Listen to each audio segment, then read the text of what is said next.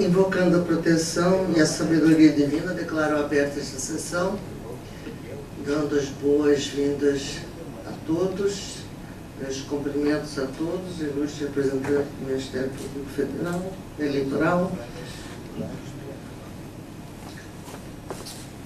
Transfiro a presidência ao ilustre Dr. Flávio Bertin.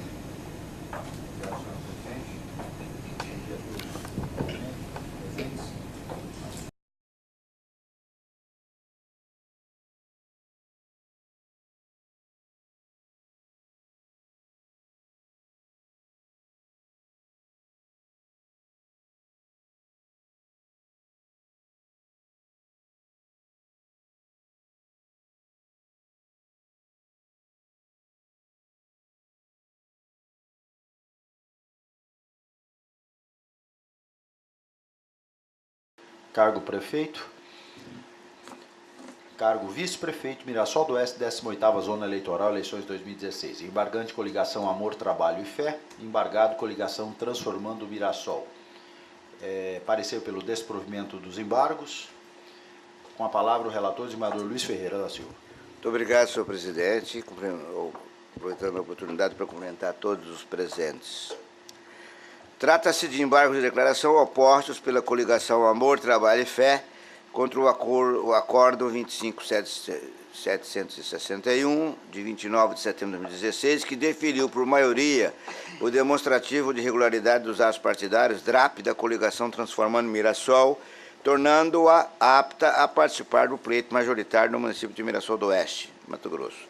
Sustenta a embargante que a decisão objurgada seria contraditória, pois, aspas, ao tempo em que há o reconhecimento da inobservância do artigo 4º da Lei 9.504/97, descarta-se sua aplicabilidade, no caso, apenas em razão do documento produzido e registrado posteriormente, com o fito de prorrogar o que já não existia. Fecha aspas. Aduz ainda que existe obscuridade na decisão desse tribunal que não teria deixado suficientemente claros os motivos que levaram à validação dos efeitos da convenção realizada pela Comissão Provisória do Partido Social Democrático, PSD. Ao final, a embargante pugna pelo provimento destes embargos para que sejam produzidos efeitos modificativos, excluindo-se, por conseguinte, o PSD do DRAP da coligação embargada. A embargada apresentou contrarrazões aos aclaratórios, postulando sua rejeição sob o argumento de que busca tão somente, aspas, rediscutir a matéria, a situação essa incabível nessa seara, sobretudo por não haver qualquer fator congruente para empreender efeitos infringentes, fecham aspas. Instada a se manifestar, a Procuradoria Eleitoral opinou pelo desprovimento dos vertentes embargos. É o relatório. Como se manifesta o ilustre representante do Ministério Público? Obrigado, senhor presidente. Eu ratifico o parecer pelo desprovimento dos embargos. Devolvo a palavra ao senhor relator. Ilustres pares, os 4 primeiros períodos, são aquelas falas próprias que eu utilizo para dizer da tempestividade, né, dos dispositivos aplicáveis à espécie, e vou direto ao ponto. A embargante fundamenta este recurso supostas contradição e obscuridade do acórdão combatido, uma vez que esta Corte teria mitigado o rigor das regras contidas no artigo 3º da Resolução TSE 23455/2015 e no artigo 4º da Lei 9.504/97, para, ao final, declarar sanável a ausência de anotação de órgão partidário municipal prorrogado pela diretiva estadual antes de formalizado o DRAP perante o juiz de primeira instância. No entanto, não tem razão a embargante, por quanto a decisão de se validar os atos praticados pelo PSD em convenção decorre do expresso reconhecimento da legalidade da Comissão Provisória de Mirassol do Oeste, estabelecida na forma do Estatuto da Legenda e posteriormente comunicada à Justiça Eleitoral, como pode ser observado nestes fragmentos daquele ato judicial. Eu transcrevi aqui, vou poupá-los da leitura, mas aqui eu deixei claro a razão pela qual nós entendemos daquela forma. Ficou claro para a Corte que o ato de anotação é mera informação feita pelo partido ao TRE, quanto aos dados de sua diretoria, que, por óbvio, não demanda análise de requisitos para sua validação. Continuo. Assim, da simples leitura dos supratranscritos trechos da decisão objulgada, extrai-se sem maiores esforços intelectivos que não tem qualquer consistência a afirmação da embargante, eis que não identificadas a contradição, tampouco a obscuridade propaladas na prefacial destes embargos. Aí, por derradeiro, não se pode olvidar que os embargos declaratórios não se prestam para rediscutir matéria que foi analisada por esta Corte Eleitoral. Além do mais, é imperativo trazer à lume esta regra do artigo 489, parágrafo 3º do Código de Processo Civil, que é aquela segundo a qual a decisão judicial deve ser interpretada a partir da conjugação de todos os seus elementos em conformidade com o princípio da boa-fé.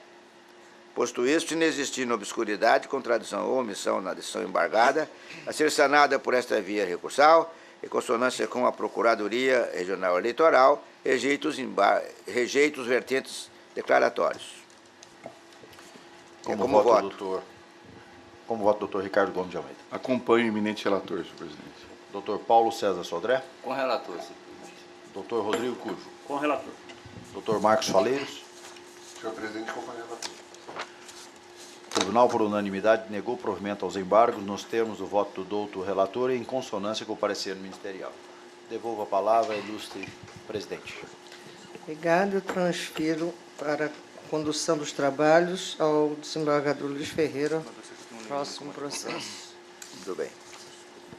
Trata-se do processo autuado sob o número 11.308/2006, classe RE, recorrente, Partido Democrático Trabalhista, PDT, Alta Floresta, recorrido a Aziel Bezerra de Araújo e Ministério Público Eleitoral.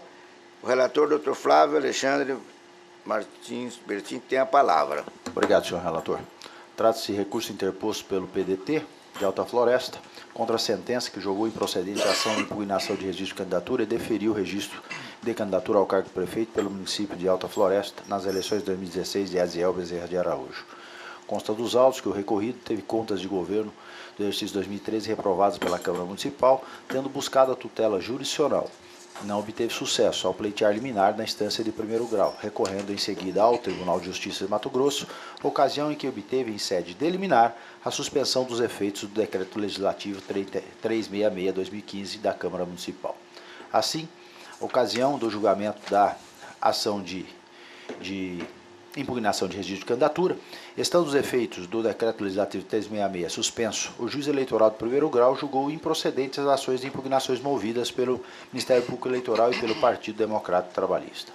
O Partido Democrático Trabalhista interpôs recurso hora e mesa aduzindo que, abre aspas, não cabe à Justiça Eleitoral rediscutir o mérito do Decreto Legislativo 366, que rejeitou as contas do recorrido, mas apenas verificar se os fatos que ensejaram a rejeição das mesmas, em tese, configuram vício insanável e ato doloso de improbidade administrativa, ou seja, se possui enquadramentos do artigo 9º, 10º ou 11º da Lei 8.429/92 e que não foram simplesmente atos culposos, fecha aspas.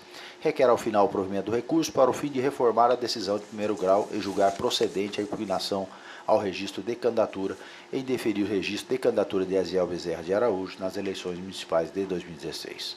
As contrarrazões aportaram aos autos pelo desprovimento do recurso.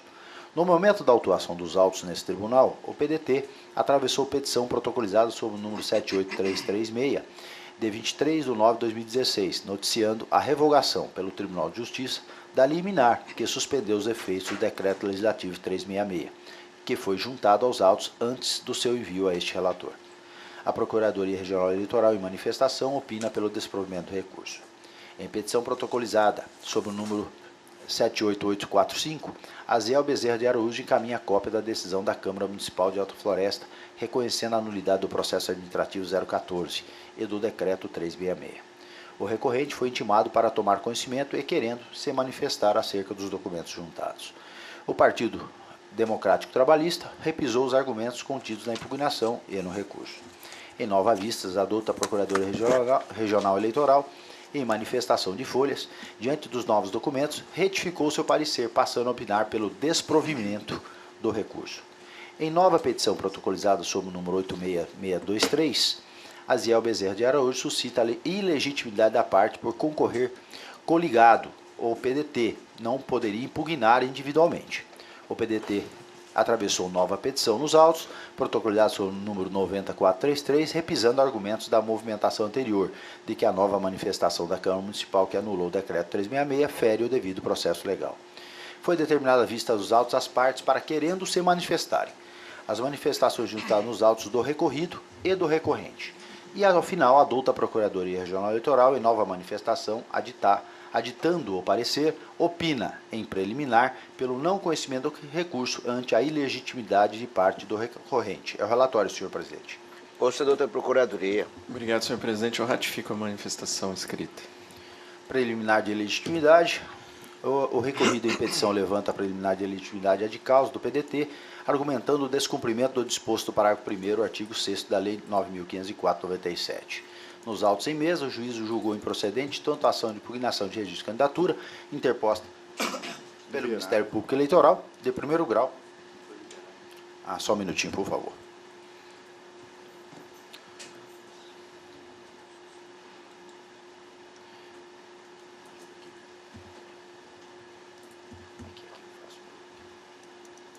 É difícil de liberar. Nem com F5 não libera.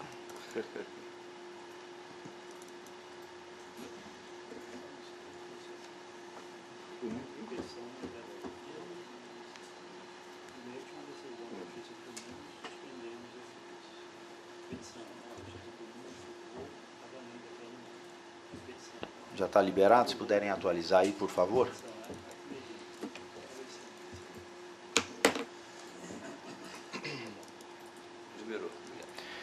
Reiniciando, preliminar de legitimidade da parte. O recorrido em petição levanta a preliminar de legitimidade de causa no PDT, argumentando o descumprimento do disposto no parágrafo 1º, artigo 6º da Lei 9.504. Nos autos em mesa, o juiz julgou improcedente tanto a ação de impugnação de registro de candidatura interposta pelo Ministério Público Eleitoral de primeiro grau, quanto a manejada pelo Partido Democrático Trabalhista, PDT, não havendo nos autos qualquer manifestação quanto à legitimidade de causa deste último. Sob a legitimidade de agremiação recorrer em ação de impugnação de registro de candidatura, é preciso observar o que prescreve o artigo 4º, o parágrafo 4º do artigo 6º da Lei das Eleições, está à disposição de Vossas Excelências, mas já é de conhecimento de todos, e eu passo em seguida, existe aqui junto a alguns precedentes da ministra Luciana Alócio, e como já se trata de um caso corriqueiro, onde não pode o partido isoladamente em coligação recorrer, eu vou para a parte dispositiva. Afinal, com essas breves considerações, em harmonia com o parecer ministerial, não conheço do recurso, ante a patente ilegitimidade do partido PDT para recorrer isoladamente para compor coligação nos termos do parágrafo 4º, artigo 6º da Lei 9.504/97. É como voto, senhor presidente. Por ser matéria recorrente, há algum voto contrário? De acordo, senhor. Então, se o tribunal, por unanimidade, não conheceu do recurso no termo do voto do outro relator, em consonância com o parecer. Matou, né? Isso. Então, vota a Vossa Excelência a condução dos trabalhos da vereadora Maria Helena. Obrigada. Chamo a julgamento o processo 20.568, recurso eleitoral, candidato, registro de candidatura, preenchimento de vaga remanescente, cargo vereador São José do Rio Claro, 29ª Zona Eleitoral. Recorrente Nelson Ubner Bus e recorrido Ministério Público Eleitoral. Parecer pelo desprovimento do recurso, já mantido. Doutor Marcos Faleiro com a palavra. Senhora presidente, já fazendo um breve resumo, pedindo vênia para fazer um breve resumo da questão, o voto é extenso. O senhor Nelson, ele atualmente solicitou o registro de sua candidatura a vereador no município de São José do Rio Claro.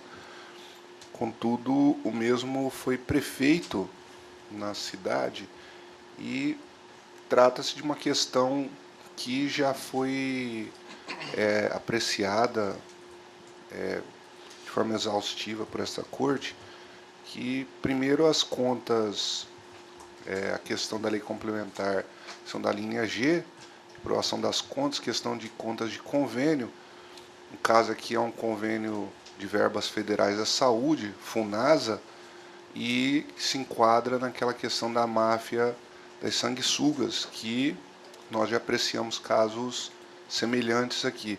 Então eu passo direto à página 8 do voto, em que vou direto à questão do parecer do TCU, que conforme um voto paradigma do Dr. Rodrigo Curvo, o leading case, em que o mesmo é a partir do mesmo que se analisa que se enquadra ou não na inelegibilidade prevista. Vou ler apenas a questão do Tribunal de Contas, ver se enquadra ou não na inelegibilidade. Por conseguinte, ressai do julgamento da Cor de Contas, que foi repassado à Prefeitura à época que ele era prefeito, o valor de R$120 mil, página 8, tá? Para a aquisição de 2 ambulâncias. Contudo, foi verificado indício de superfaturamento na aquisição das 2 unidades móveis de saúde, utilizando-se recursos recebidos por força do convênio 4.102/2001, CIAF 433840, firmado com o Ministério da Saúde, conforme tabela abaixo. Aqui a tabela, você vê que a ambulância placa HS 2359, aquisição do veículo, valor de mercado 28 mil, isso é o parecer do Tribunal de Contas, folhas 36, 28.377, valor de mercado, valor pago 48.500. A transformação, valor de mercado 11.845, valor pago 17.500. E o veículo placa JZL, aquisição do veículo 23.817, foi o valor de mercado, o pago 48.500. E transformação e equipamentos, valor de mercado 11.850, valor pago 17.500. Voto do relator Haroldo, Cedras TCU, folhas 36, 48, aspas. Débito impugnado solidariamente ao ex-gestor, à empresa fornecedora e ao seu sócio administrador, decorre do disposto do artigo 16, a linha B, 844392, segundo o qual cabe a esse tribunal fixar a responsabilidade solidária do agente público que praticar ato irregular, no caso, o então prefeito, e do terceiro que, como contratante ou parte interessada na prática do mesmo ato, de qualquer modo haja concorrido para o cometimento do dano apurado, o que motivou a solidariedade da empresa fornecedora e de seu sócio administrador. O ato irregular em questão foi a homologação da tomada de preços 2/2002 para o fornecimento das UMS, Unidade Móvel de Saúde, por valor superior ao praticado de mercado, superfaturamento no caso, sem que fosse possível sequer verificar a adequação do valor contratado aos preços praticados de mercado, dada a inexistência de pesquisa prévia de preços determinada pela Lei de Licitações, com essa finalidade. O débito referente ao superfaturamento imputado ao gestor foi demonstrado à peça 13, folhas página 13 e 14, e calculado conforme metodologia de cálculo encaminhada ao gestor junto ao ofício de citação do tribunal, bem como disponibilizada para consulta dos responsáveis interessados no portal TCU, seguinte endereço eletrônico. Está aí, é um nome complicado, está à disposição de Vossa Excelência. Especificamente com relação à responsabilidade pela licitação, cabe à autoridade superior competente pela homologação, no caso o município, ao prefeito, verificar a legalidade dos atos praticados na licitação, bem como avaliar a conveniência da contratação do objeto licitado pela administração, uma vez que a homologação equivale à aprovação do certame. Por esse motivo, o procedimento deve ser precedido por um exame criterioso dos atos que integraram o processo licitatório para que, verificada a existência de algum vício de legalidade, anule o processo e termine seu saneamento. Durante sua gestão, prefeito foi responsável pela assinatura do convênio, peça 2, folhas 2, pela adjudicação e homologação da tomada de preços, peça 3, folhas 42 e 43, validando os atos praticados pela comissão de licitação, pela autorização do empenho dos pagamentos, pela assinatura do contrato, pela ordem de fornecimento do contrato, pela ordem de pagamento. Dessa forma, resta demonstrado que foi responsável pela autoridade. Resta demonstrado que o responsável foi a autoridade competente no município para validar o procedimento licitatório e que, tendo a oportunidade de corrigir as falhas verificadas e saneá-las, em especial a contratação da empresa fornecedora por valor superior ao praticado no mercado, não o fez, assumindo para si responsabilidade pelo resultado do certame. De acordo com o disposto no artigo tal, ambos todos da Lei de Licitação, é obrigatório nos processos de licitação dispensa ou individual e consulta dos preços correntes do mercado, que não ocorreu no presente caso, e foi objeto de questionamento do gestor em audiência. A pesquisa de preço de mercado de lei, na lei de licitações, visa permitir à comissão de licitação avaliar se o preço ofertado no momento da licitação encontra-se dentro do valor de mercado e se é, portanto, um preço adequado e razoável para o contratado ou se foram apresentadas propostas desconformes e incompatíveis, promovendo, nesse caso, a sua desqualificação. Quanto ao assunto, a jurisprudência do TCU é no sentido de que sua realização de pesquisa de preço de mercado, previamente à fase externa de licitação, é uma exigência legal para todos os processos licitatórios, inclusive para caso de dispensa e inexigibilidade, consistindo essa pesquisa de um mínimo em 3 orçamentos de fornecedores distintos, sendo necessária a apresentação de uma justificativa adequada, sempre que não for possível obter um número razoável de cotações precedentes, né? Dessa forma, a ausência de pesquisa de preços não só configura descumprimento de exigência legal, indo de encontro às normas vigentes e à jurisprudência desta Corte, como demonstra a falta de zelo do gestor na aferição dos preços praticados, colaborando para aumentar o risco de dano aos cofres públicos e reforçando sua responsabilidade pelo prejuízo apurado. Conforme demonstrado no subitem 10.2 a peça 13, além do prejuízo à União, restou configurado dano ao erário municipal nos valores discriminados a seguir, porque o município entrou com uma parte um aporte de recursos também na aquisição dessas UMS, Unidade de Móveis de Saúde, calculados com base na proporcionalidade de participação financeira do cedente e do convenente. Desse modo, e considerando que a competência do tribunal no que concerne a fiscalização de transferência voluntária está adstrita aos recursos federais, faz-se necessário encaminhar cópia integral da deliberação que o tribunal vier a adotar ao Tribunal de Contas responsável pelo controle externo do município em questão, como também ao Ministério Público Estadual competente para providências a cargo desses órgãos. Aqui é aquela tabelinha, né, que eu já citei. Não, essa é uma outra tabela, né? Considerações finais. Como já apurado ao longo da instrução inicial, por meio da apuração efetivada pelos órgãos federais competentes, culminou na chamada Operação Sanguessuga, levada a termo pela Polícia Federal, foram caracterizadas as responsabilidades e os crimes processados em esquema de fraude a licitações para a compra de ambulâncias em diversos municípios do país. As conclusões constantes da denúncia do Ministério Público Federal e relatório final da Comissão Parlamentar Mista de Inquérito aponta que o grupo organizado para fraudar as licitações realizadas pelos convenentes do Ministério da Saúde era composto sua base pelas empresas Família Vedoim, os principais responsáveis identificados tanto pela Polícia Federal quanto pela CPMI. Das ambulâncias foram o senhor Darcy José Vedoim, seu filho Luiz Antônio Trevisan Vedoim, que confessaram o esquema de fraudes em depoimento da Justiça Federal. Enfatiza-se nesse tópico que esse processo, assim como os demais autuados em razão das fiscalizações efetuadas pelo DENASUS, CGU, aponta fatos gravíssimos cujos indícios identificados pelos órgãos de controle em centenas de processos caminham no mesmo sentido de confirmar que foi apurado pela Polícia Federal, mais tarde confirmados pelos principais operadores do esquema em depoimento e interrogatórios judiciais.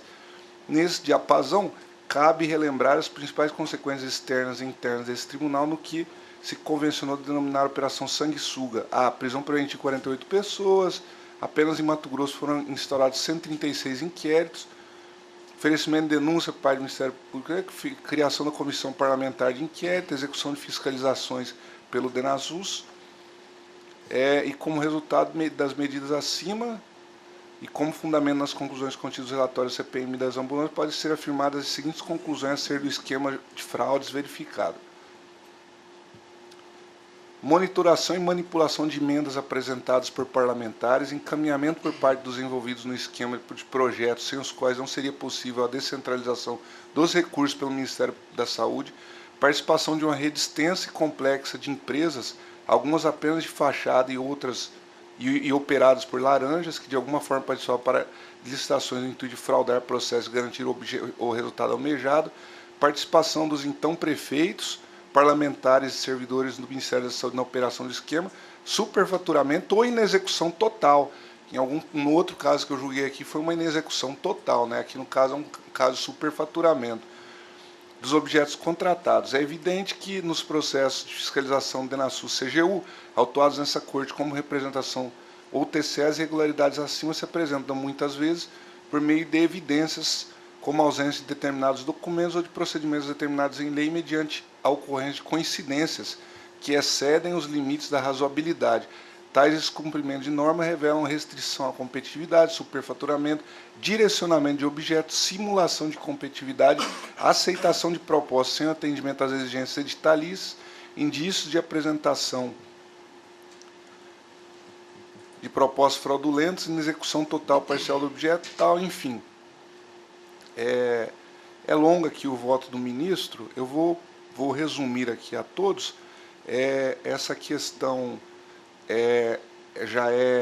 foi bastante julgada, já temos alguns precedentes aqui da Corte. É o caso lá dessa questão desse prefeito de São José do Rio Claro, que hoje quer ser candidato a vereador.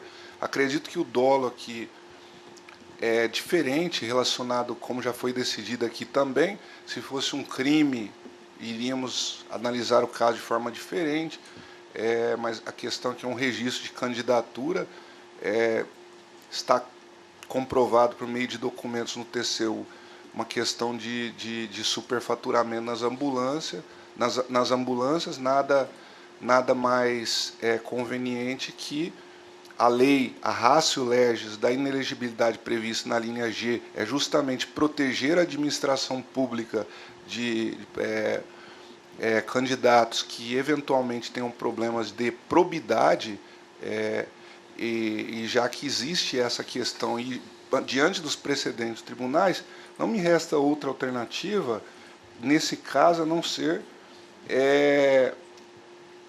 acompanhar o Ministério Público para manter a sentença que indeferiu o registro e manter a inelegibilidade do ex-prefeito de São José do Rio Claro, o senhor Nelson Ubner Bus, e dizendo que não se trata de um crime, ninguém está o condenando a pena de prisão e ninguém o está condenando a nenhuma pena de improbidade, simplesmente estamos cumprindo a Lei Complementar 64 e protegendo o cidadão contra, de acordo com a ratio legis da Lei 64, protegendo a administração pública com relação a candidatos que venham a ter problemas de probidade administrativa. Basicamente, esse é o resumo do voto e estamos aqui à disposição para alguma explicação. Como voto, senhora presidente? O voto do desembargador Luiz Ferreira. Senhor presidente, a matéria aqui é recorrente, nós já tivemos vários casos, portanto, eu não tenho dúvida de acompanhar o relator. Doutor Flávio. Com o relator, excelência. Doutor Ricardo. Compõe o eminente relator, senhor presidente. Doutor Paulo Sodré. Com o relator, senhor presidente. Doutor Rodrigo Curvo. De acordo com o relator.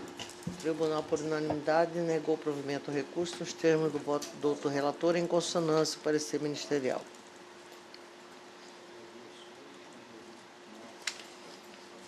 Matéria administrativa, processo 36231. Afastamento de magistrado para tratar de assuntos particulares, 57ª Zona Eleitoral, Paranatinga, requerente Miriam Pavan, juíza da 57ª Zona Eleitoral. Esse assunto também já é recorrente. Esses juízes têm se afastado por um curto período, portanto, entendo que não haverá prejuízo. Eles saem um dia, 2 no máximo. E nós estamos concedendo. Todos de acordo? De acordo. O tribunal, por unanimidade, deferiu em caráter excepcional o afastamento da excelentíssima senhora Miriam Pavan Schenkel, juíza da 57ª Zona Eleitoral, Paranatinga, nos períodos de 1 a 4 e de 7 a 8 de novembro de 2016. Ela que já se Passo a palavra ao diretor para a leitura de acordos. Alô. Acórdãos publicados nesta sessão de julgamento, conforme no artigo 60, parágrafo 3º da Resolução TSE número 23.455 de 2015. Acórdão 25.902, referente ao processo 412.03. Acórdão 25.903, referente ao processo 113.08. E, por fim, o acórdão 25.904, referente ao processo 205.68.